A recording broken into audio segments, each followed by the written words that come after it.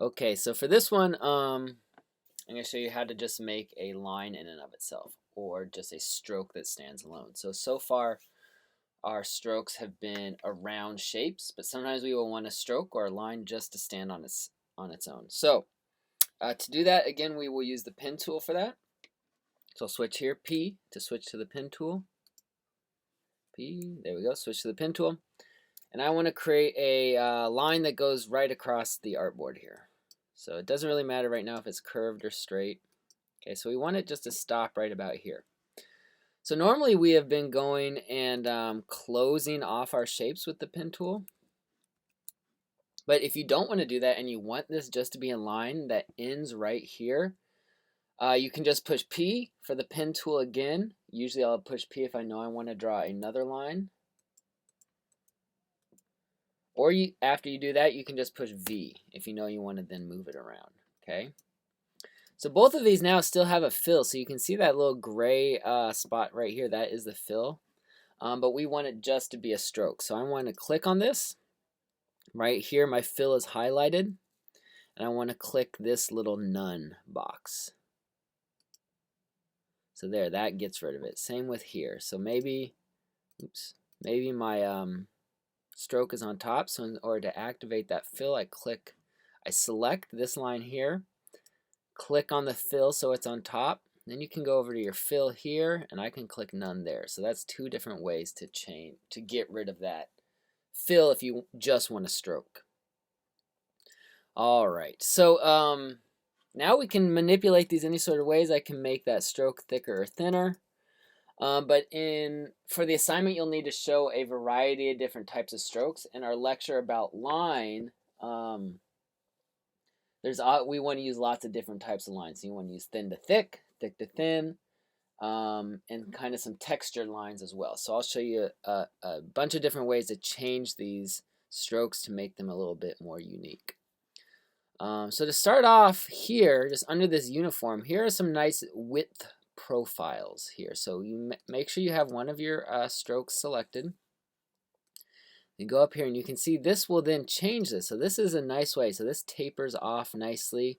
It looks more like a hand-drawn ink line. This goes from thick to thin a few times. This is one I use a lot. Go from thick to thin and makes a line a lot more interesting. You might use this one where it's more squared off and goes to that fine point on one side and is squared off on the other. So this is a good way just to kind of change your shape or your strokes in a few simple ways and make them more visually interesting. So I will usually put one of these on my line. Okay. Then there's a few more other things you can do as well. I'll go back to uniform there. Here we get a whole bunch more options. So basic, I'm usually going to draw this down and create more. I've been using these recently, so I have a lot saved, but to get to a whole bunch of different options for your stroke, click this up here, make sure your stroke is selected, go down here to this little library symbol, brush libraries menu, click on that.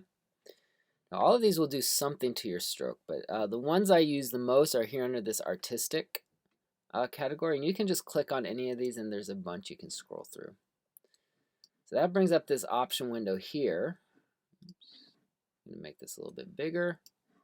So now you can change your stroke with any of these. So I'll be looking for this on assignment number 1 to see that you know how to change those strokes. And eventually these can be used on your projects in the future too.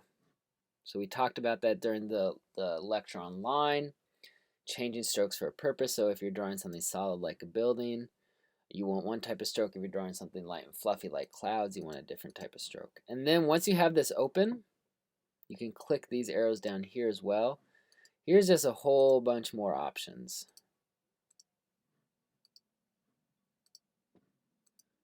So you can go through, play with these, see how many different ones. Then we get into some weird pattern ones. I don't usually use these.